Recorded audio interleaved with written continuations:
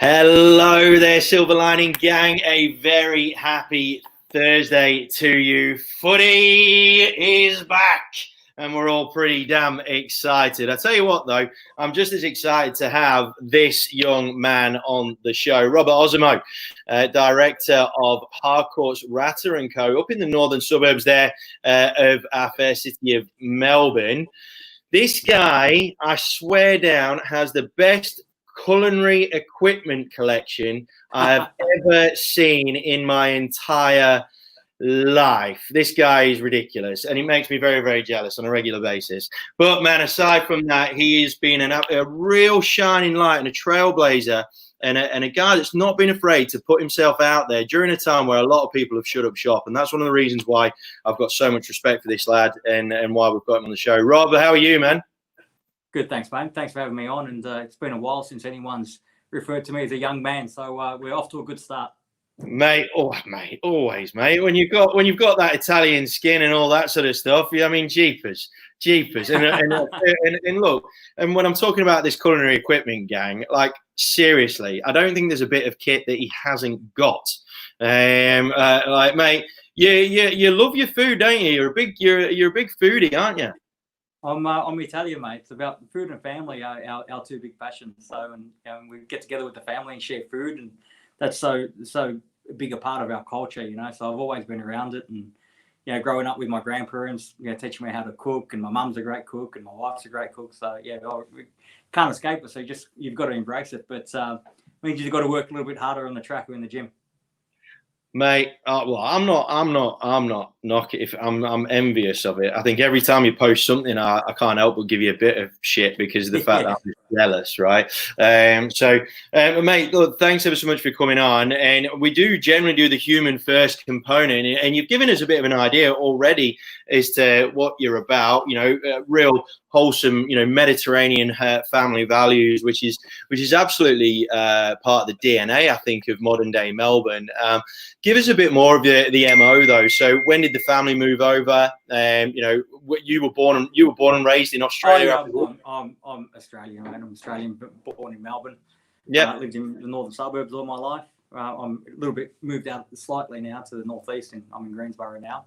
But the family's been here since the 50s. So my mum was actually born here. She was born here a few years after her parents arrived.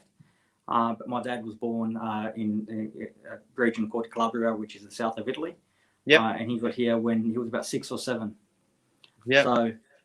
So we're Australian first with a proud Italian culture. Yeah, amazing, man. And you've got a fabulous wife, kids. Yeah, I've got 3 kids. Very glad to have 2 of them back at school. I've got a 10-year-old boy. My middle daughter, Vienna. She's about to turn 6 in a few days. Yeah. So she's excited about that. She's in prep. And I've got a 2.5-year-old, Alessia, another little girl. So.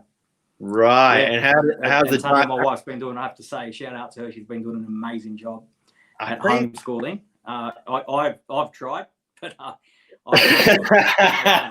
never realised how difficult the English language is to teach, because you teach one thing about how a certain letter sounds, and then you put it into a word where it sounds nothing like that.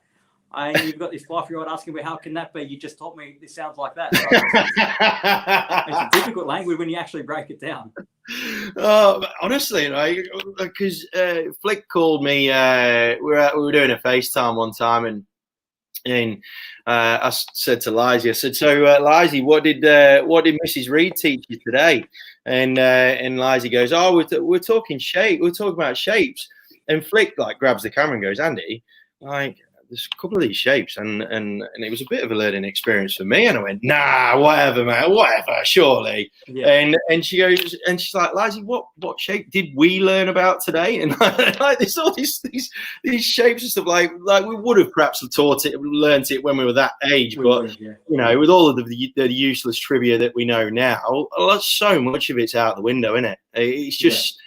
It's just insane, So yeah, I think hats off to all of the parents that have had to go through that homeschooling thing, and I think there's so many teachers that are celebrating the renewed appreciation that they have seen over the last few weeks, right? Massive appreciation for teachers. I always had an appreciation for their work, but I didn't know the extent of it. No, it's just kind of put up every single day. And we were only dealing with 2 at home. They were in school. So you can imagine a classroom of 20 to 30 kids. Oh, mate, seriously, and they do an amazing job. I think they're better people than you and I, mate. That's for sure. Oh, for sure. Right, man. Let's have a bit of a dig into your life from a business point of view. We've got a couple of people saying hello already. We've got Chanel. Bless her. She is a veteran of The Silver Lining. Was on our first series. She's wanting to say hello. Mate, give us a bit of an MO in terms of the business. A bit of the setup. How many people you look after, and what you have in the crew. So we opened up in 2010. We had our first office, which we opened up in Epping, so Harcourt's Epping. We grew in 2011. We purchased a rent roll in Thomastown. I'm happy to dig into that story a little bit because I think it was a defining moment. But I'll give you the rundown first. 2013, we opened up Mill Park. 2017, we opened up Reservoir.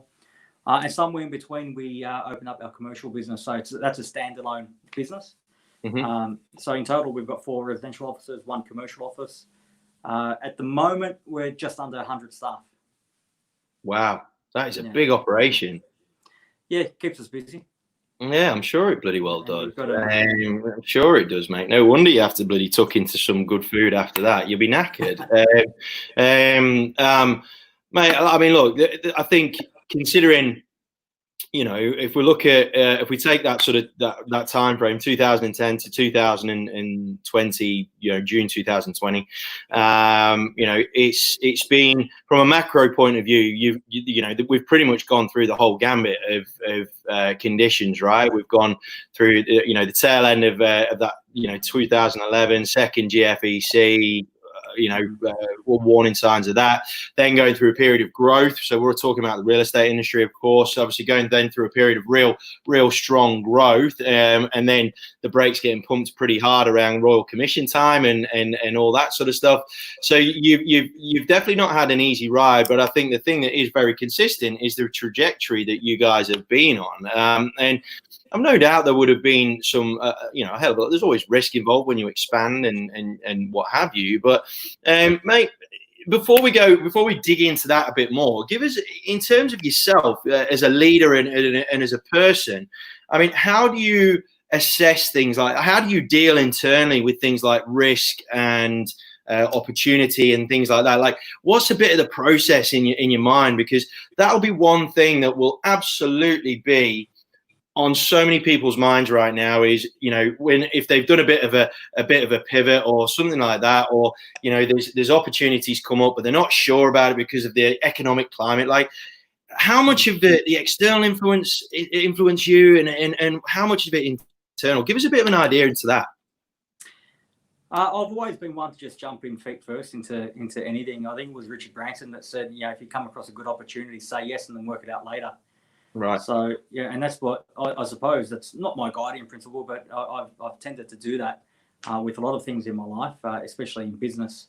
Opening up, when we opened up in an area that I hadn't built a brand because I was a little bit more in the city, working out of a Preston office. So Epping was a very different market to what we were used to. But we saw a great opportunity here because, when we started there, it was a core area of about 15,000 homes. Now it's a core area of about 25 to 30,000 homes because of all the subdivision that's going on in Melbourne's north. And so, we just jumped in feet first and, went through a really, really hard first year. We at 6 months in, we put in all our savings. I was only young, I was 28 at the time. And I had one child on the way, my first child on the way. And myself and my business partner, Andrew, about 6 months in, sat down and looked at each other and said, well, what do we do now? It was either, double down or call it a day and shut up shop and go back to, being sales or doing sales. And, I've always had the belief that if I'm in control of something, then we can find a way through. It's when external forces that you can't control dictating what happens in your life. That's more concerning for me. But the steps that we took, there was an element of control, and as long as I had the ability to make decisions that affect the business and the direction of it, then we back ourselves, and that's what we did. And we decided, no, we can do it. And so, we doubled down. We put more money into the business, and we started to slowly gain some traction. And then about 12 months in, I come across an opportunity to buy an existing rent roll in Thomastown, which is 2 suburbs up from Epping. And my goal was always, or our goal, I should say, was always to expand to a multiple office network within the group. And we weren't ready for that opportunity, if I'm going to be honest. But for me, it was an opportunity that we couldn't pass up, because it was basically tripling the size of our business. And so we signed contracts unconditional, and then we went to the bank, and the bank's like, "Oh no, we don't see future here. We'll come back here." And we were the CBA at the time, and we've got a settlement closing in 60 days' time, and the bank's just said no. And we're committed to another office, and we went to corporate. I remember one day that we went to the corporate office, and they said, "Yeah, well, we're happy to support you in opening the second office, but it's got to be a second territory," which comes with all its own obligations, meaning that your minimum fees that you pay to corporate go up, and there's a higher expectation of the market shares that you can hold in those areas. So it was a big commitment for us to make to corporate, but we shook hands at the time. And then I remember on that day driving back, and it's only a small story, but I'm sure you're aware, there's moments in your life that when you look back, things happen in your life, but there's certain moments that are defining more than others. This was one of those times, and we were driving back. Andrew, my business partner, was driving, and he's always sort of he's a little bit more of a stress head than me. I don't really stress. So if he sees that I'm stressing, then he's really concerned. I'm pretty calm and collected most of the time, and I take it from my side. I expect that there's going to be a problem after I solve this problem. I expect there's going to be another problem to solve, because hey, that's life, that's business, and that's what we've signed up for. But just driving back from corporate on that day, just the enormity of what we had committed to, all of a sudden just felt like a massive weight on my shoulders, and it became a little bit overwhelming. And I've never had this feeling before, but just thinking about it, my stomach was turning, and I actually felt sick to the stomach thinking about what we had committed to. And the colour drained from my face, and I said to Angelo, "Mate, I'm going to be sick. You need to pull over." He's like, "What?" I need some air.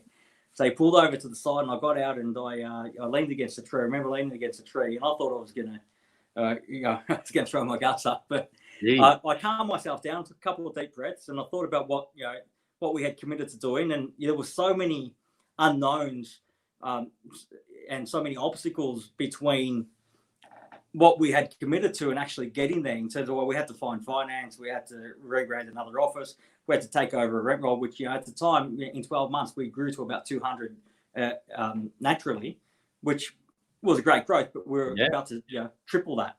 Wow. And neither him or I were property managers, so we were a little bit out of our depth, managing 200, let alone an extra 300 or 400 on top. But I said to myself in that moment that there's answers, and there's a way to do it, and we'll find a way. And we've got to, I've got to back myself, we've got to back my business partner and the people that we've got, and we've got to be confident that we've got what it takes. And whatever obstacles come up, one by one, we'll knock them down. And so then that feeling just dissipated, just left me. I got back in the car, and Angie's like really stressed out. And he's looking at me, "Are you okay?" And I said, "Mate," I said, "it's a moment of weakness. Never happened again. Let's do this." And I rubbed my hands together, and we haven't looked back. And then we dropped the CAB who were with at the time, and we got onto Macquarie, and Macquarie came to the table with a great offer for us, and we've been with them ever since. So it's real estate is it's a small world, as you know, and it's great to have allies in different aspects of the business. And then a few months after that, I was driving down the road, and we were just about to settle Thomastown, and I bumped into Alex Dukas on a Saturday. He was putting his boards in the boot from finishing an open, and I said to him on a whim, I said, because he was working closely with Tony Lombardi, and they were probably the two best performers in our area. They worked out of Ray White Epping. I just took the opportunity to say to Alex, say, we've got an opportunity coming up. If you want to have a chat, you and Tony, let me know. And then he called me on the Monday following, and Andrew and I settled Thomas down and ran that for about 2 to 3 months. And then Tony and Alex joined, and we went from strength to strength. So we've got a really great partnership and a great group of people, and we've never looked back. And there's been other times like that where we've taken a great leap of faith, but we always dig deep and find a way. And that's where I think a lot of well, you had your moment, and I don't think any leader who denies having any of those moments is blatantly lying, because at the end of the day, even if it's just a quiet moment to yourself where the reality sort of really dawns on you, then I think it's I think it's only human to have one of those, and ultimately that's what we all are. I mean, with respect to how you guys, was it very much a case of you potentially hadn't properly assessed the enormity of what you just brought onto yourselves until after the reality had come to pass? Like, is that what really hit you? Was the fact that you didn't really potentially properly assess what you were getting yourselves into before? Yeah, I think so. And it goes back to, again, that saying, if an opportunity comes, say yes and work it out later. And we definitely did that in that case. We have since, but getting over that, as you gave me the confidence that whatever comes next, we can deal with, and we'll find a way. And there's a lot of help out there if you just look for it too. There's a lot of advice, and the industry is great in terms of lending its advice to our peers, and we'll really use that throughout the years. I'm really, really glad you brought that up, because this second series of Silver Lining is all about getting off the canvas and really smashing through the rest of 2020 and titled The Greatest Comeback for a reason. And one of the real key themes that a number of great people that have been on the show so far this series have talked about is the need for collaboration, sharing of ideas and knowledge and information, and so on and so forth. I know that you're a big advocate for that, and you provide lots of support to lots of different people, be within your franchise group and beyond. Mate, I'd really like to dig into that a little bit more. I mean, even just within your culture, I mean, you've got 100 people. That's a lot of moving parts. How do you cultivate and really sort of maintain and protect that level of collaboration, even within your own framework? It's probably one of the hardest challenges is, and I think that we've got some really great systems set up now. But it's about trusting the people that you have. And being able to let go a little bit, because you can't be in control of everything. It's impossible. So we've got, we're really fortunate to have some great people heading up our different departments. So we've got Belinda that looks after our financial operations. We've got Nicole who does all our admin stuff. We've got Sam, who's now our department head in the rental department. So that really allows us to collaborate with each other as partners and work on the business and the direction of the business in general. And then we're really fortunate to have those people that are there to implement our vision. But being part of the Harcourts group is great because there's so much sharing in that group, and the culture is really, really great. So you can pick up the phone to any office throughout the entire network, not just Victoria-wide but worldwide, and find a friendly voice on the other side who's there to sympathise with you and pass on advice. And I do that when I can, but nothing compared to what I get back from the group and from peers outside of the group too. It's really, I think we're all part of a not a secret society, but we all have an appreciation for the industry and for what everyone else is going through, and we understand it. And real estate is I think is very different to a lot of other industries out there. And so there's not a lot of people that understand what you go through on a day-to-day basis. So being able to share with each other is important. You talk about the fact that, and you acknowledge the fact that you gain so much from the community and what have you in terms of the industry community and whatnot. How much do you think, and just your opinion, how many people do you think do you see not reach the levels of success that they want, or fail based on the fact that they're not open to admitting when they need help. I mean, how much of an issue do you think that is, especially on the sales side of stuff, when, you know, there's always that sort of, you know, we want to be perceived as being a rock star and what have you, when internally it could all just be falling apart and it's just all smoke and mirrors. I mean, how much do you think ego plays a part in the downfall of a lot of these people? A massive amount of people. There's the world is filled with really potentially great real estate agents that just haven't been able to get past themselves and out of their own heads. You've got, there's two problems. One is that there's a mentality of I want everything and I want it now, but not necessarily recognizing that you have to put in the work to achieve it. And then there's the mentality of well, it's everyone else's fault but mine. And if you're not willing to look in the mirror and see where you can improve, and you need to do that on a daily basis, and that's the way that I'd like to think that I live my life is that success for me is not a destination. I mean, there's things that we want to achieve financially and with family and all of that, because that needs to be part of it. You can't be successful and not responsible for your family. And that takes money, so that's definitely a part of it. But success for me is being able to constantly improve, because perfection is not out there; it doesn't exist. But the quest for perfection means that every single day you need to be able to end your day a better person than what you started it. Right. And if you can do that consistently, then you're growing. Whether it's as a father, as a husband, as a business owner, as a salesperson, in whatever you're applying yourself to, you need to strive to get better. Otherwise, there's no meaning in it. And when you have an agent, if we go back to agents, when you have an agent, say for instance that is a good agent, and they come back and they lose a listing and they start to talk, well, the other guy went in and dropped his pants. I can't believe the guy across the road is doing that. That vendor was an idiot. I couldn't talk to this person. They didn't want to. You can already see when that talk starts to creep in, you can see that they're going down the wrong path, because it's about projecting their shortcomings onto others and trying to find excuses as to why they were shafted, and not that they could have done a better job. So there's an opportunity in every loss to find the reason why and to improve. And if they don't take that opportunity to improve, well, then I feel as though that's it. If you're not improving, you're not going anywhere. So they might maintain what they are, but they won't be a better agent if they don't look at those opportunities for what they are.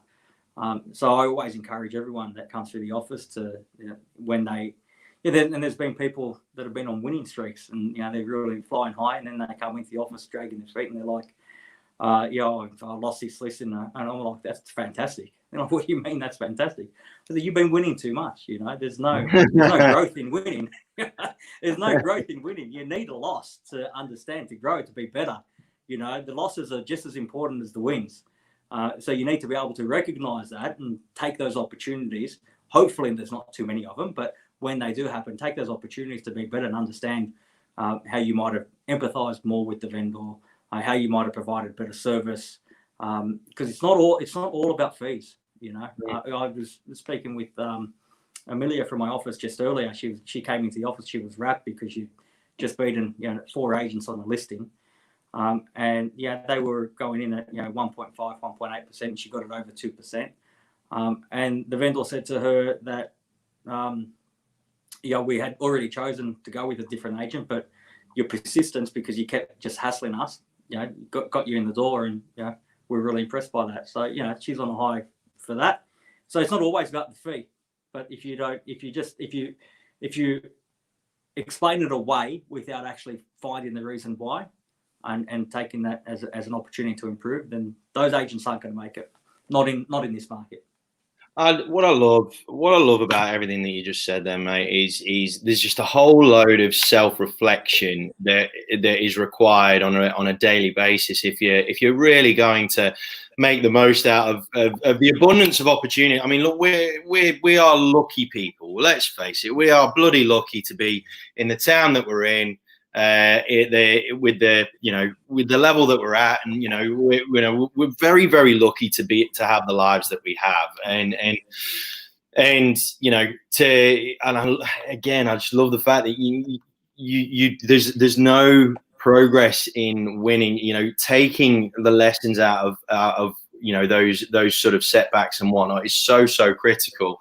On a business point of view, I'm very much aligned with you there. Ultimately, if a vendor goes to an agent with a lesser fee, it's because I didn't show enough value to justify over that amount, right? Ultimately that's what it boils down to. If you show enough value, then the fee's irrelevant, and it will be concert to what it is that you want. But just from a personal point of view, hearing and seeing and feeling, and it's very obvious that this is how you roll. Just the need to just keep improving consistently, and ultimately in any culture it comes from the top ultimately. So that in itself is something that I think a lot of people can gain from. I mean, whether you're a one-man band or a bigger operation like you guys have or beyond, we've all got things we can improve on. None of us are the finished article, and I love that. Ultimately, we all just need to keep moving forward in business and in life. Mate, you said your boy's 10. Let's talk about the father-son relationship a little bit, if we can, and go a bit personal with this, because giving us real nice little flickers, insights into how you rock and roll as a human being more than a business person, which is great. With regards to your work-life balance, you would have obviously gone through a period of time where you needed to be head down, bum up, and you still will be, I guess. But how have you managed as a dad to maintain this level of progression whilst at the same time being a dad and learning how to be a dad? Yeah, that takes continual work and improvement also, and I like to think I'm good at it, but I also know that I can be a lot better at it. And I think it's important to be aware of that. One of the things is when you're with your family, to be present. And I still struggle with that. I still get caught on the phone and everything like that. And I'm aware of it. And sometimes I do it without thinking. But you've got to catch yourself in those moments and realize that the time is. I can't believe that he's already 10. And the time passes so quickly, and you think, well, that in the first 10 years has gone so quick. It's not going to be long until another 10 years goes by, and then he wants to spend time with me now, but will he want to when he's 20? Yeah. So I think that's up to me. That's up to me to make sure that I give him the time, and not just him, but all of my family. So it's something that we have to constantly work on, because this work can really drag us in too. You really get into our own heads, and it's easy when you're home to think about the conversations that you had during the day and the conversations you've got to have tomorrow, and the numbers on the board, and everything goes through your head, But I don't remember where I heard it, but I remember saying that I've tried to live by is that you need to divorce your work from your home and your home from your work in order to stay married to both.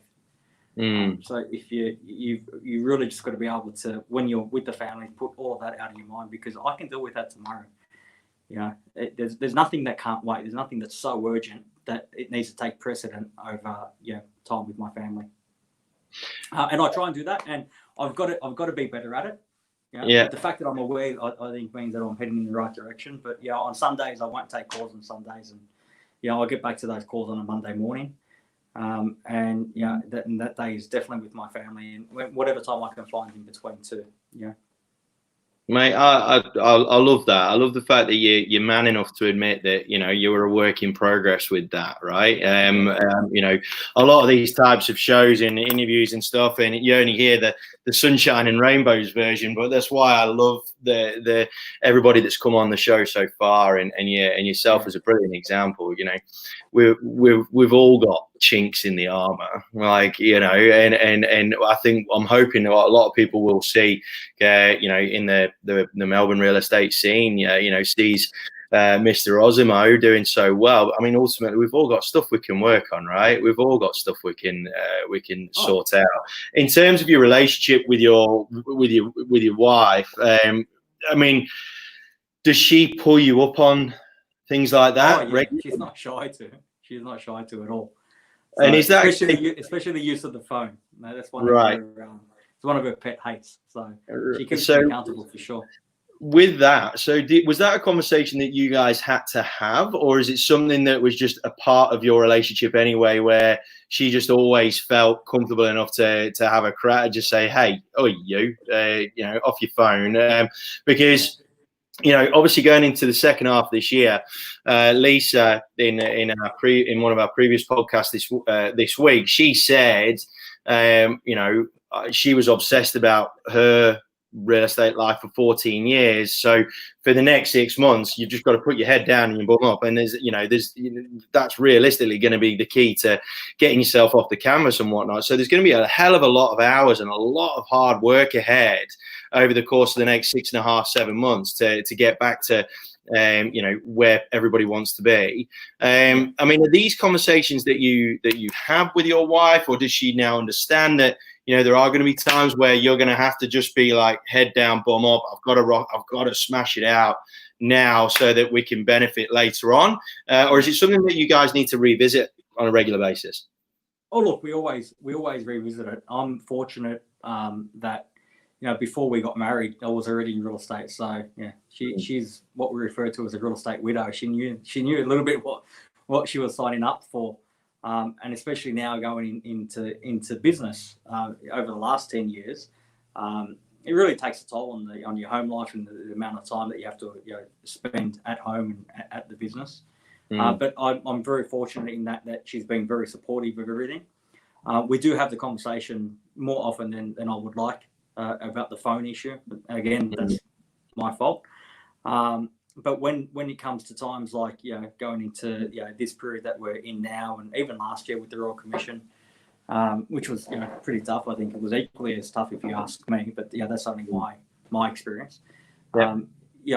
We have those conversations, and like, you know, I really need to apply myself at work, and she's supportive of that, and she'll do whatever, you know, whatever she needs to do to pick up the slack at home. So I'm very fortunate to have her support, because it'd be impossible to do it without.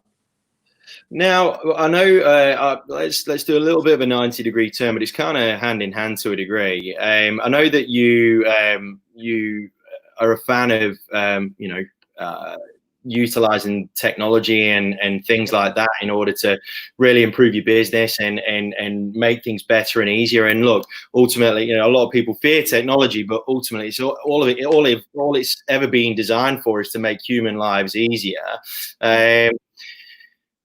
One thing that has really impressed me, especially over the last couple of months, has been your just one-eyed embracement of you know, the online auction side of things, and you really did sort of set the tone for a lot of people in the industry with respect to how happy you were to just go marching into the new challenge and whatnot.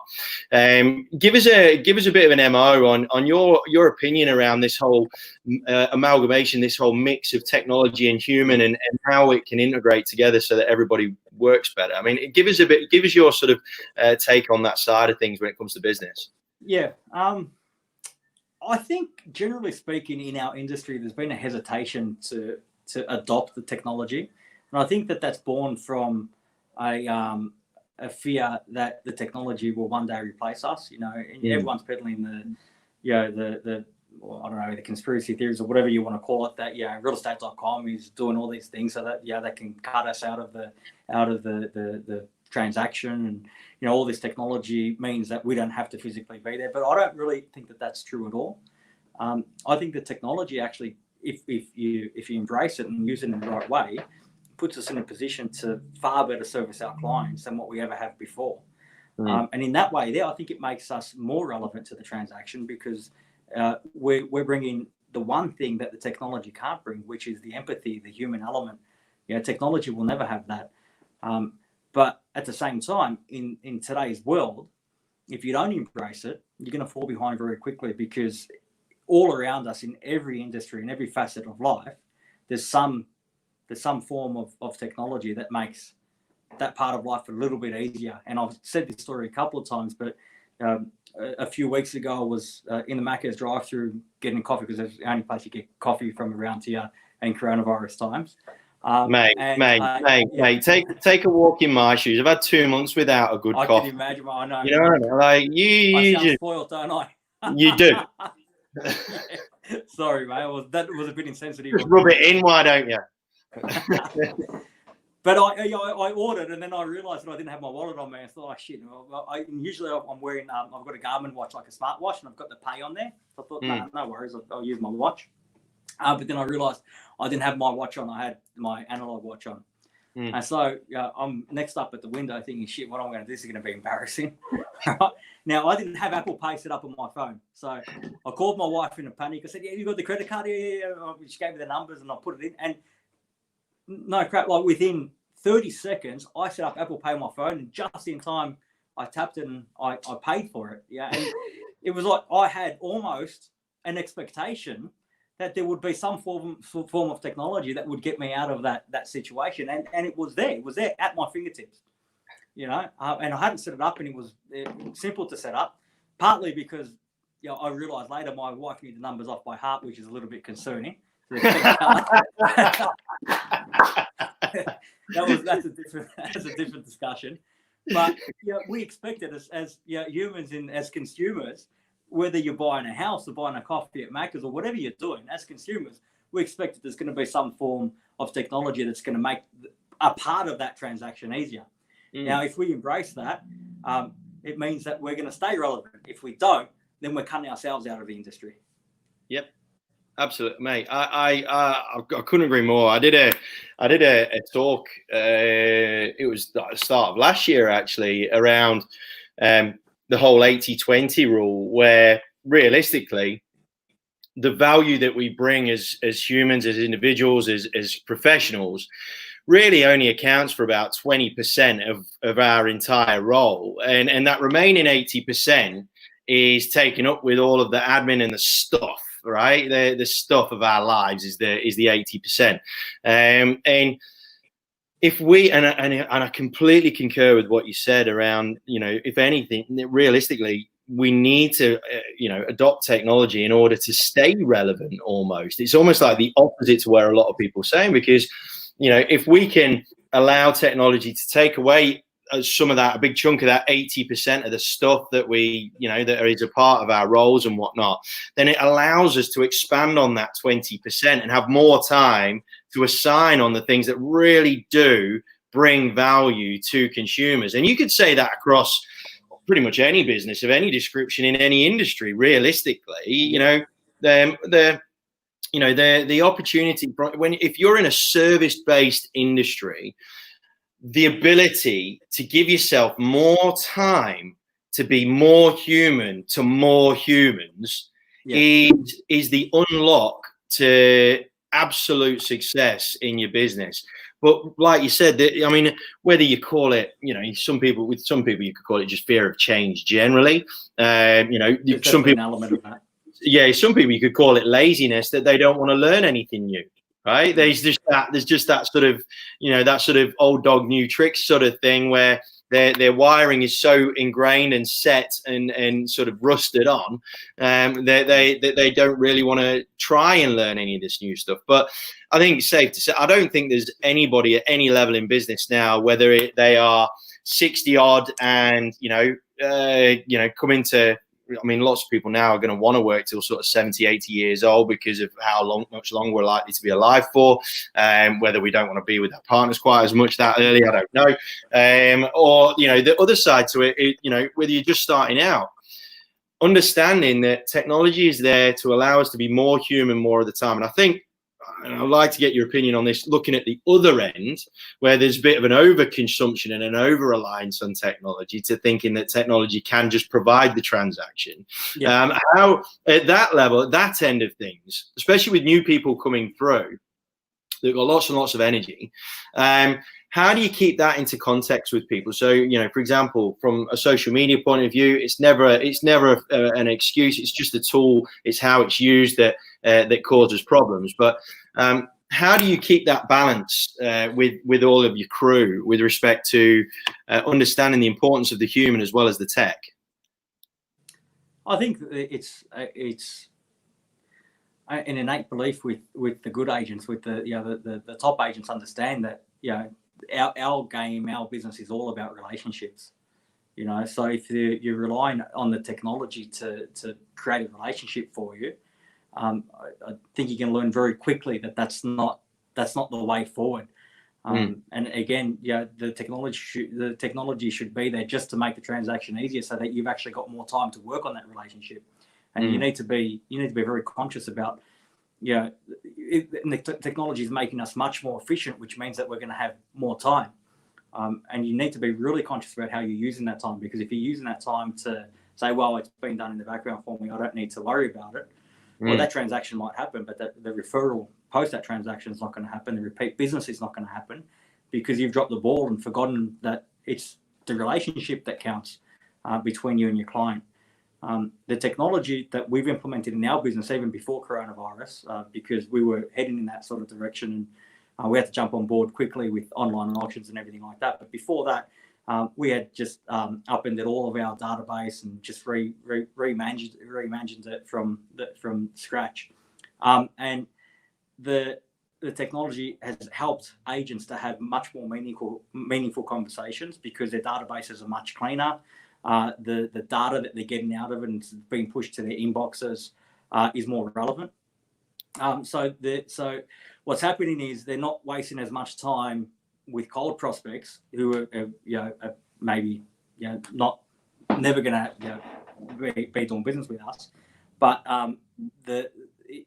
I guess it's in the inboxes they're getting reminders to call people that they might not think of calling, to build those relationships. And what happens is, by them actioning those calls, it goes back into the database. We've got artificial intelligence plugged into that too, so it sort of understands what the consumer is doing. And the data is much, much cleaner. So again, you're having more meaningful and relevant conversations with people who actually want to be talking to you. And that gives you the opportunity, whether you're listing a property today or in 5 years' time, it gives you the opportunity to build that relationship and a more meaningful relationship with that client. And another hesitation in regards to uptaking the technology is that people, or agents, a lot of us, are very territorial, where it's, no, that's my data, I don't want it touched. Well, they do that, and then they just leave it sitting there. And it's a collection of names and numbers. It's not a database. It's just a collection of names and numbers. It doesn't mean anything if you're not actually in contact with those people and building relationships with those people. Then you shouldn't be defensive of it anyway, because you're not doing very well with it. So the ones that understand the technology can actually help them improve their database. They're quick to jump on board. I love what you're saying. A database is not a database unless you're actually working it. Like you said, I love that actually. That you say, oh, it is just a bunch of names and numbers, unless you're actually doing something with it. And I absolutely love that. And just coupled with, I'd rather have a collection of 200 bits of data of people that I've actually got a real relationship with, than 5,000 bits of data that they don't know who I am. Yeah, absolutely, man. I couldn't agree more. And just coupled with that, when it comes to things like purchases, potential purchases and whatnot, it does make me laugh how people seem to think that purchaser is only ever given their contact details to that one agent, therefore it's their buyer, and like just they're sort of the one-eyedness about the whole thing is it just really does baffle me. I was chatting to someone who works with data, jobs to work with data and so on and so forth, and I think they were saying exactly the same thing as what you said. There's just that real weird sort of, like, it's mine, that Mr. and Mrs. Smith, they're mine. That's my contact. That's my bit of data. Oh, you don't own those people. Like last time we checked, they didn't become ownership of Agent X or whatever, right? I couldn't agree more, man. I really couldn't agree more. We've had a couple of comments come through. Brent is just saying hi and obviously wants to spread some love. Bless his little cotton socks. He's probably going on a walk. Daniel, online allows clients to interview us 24/7, but the content needs to make them feel comfortable to call us at any time for that vital conversation.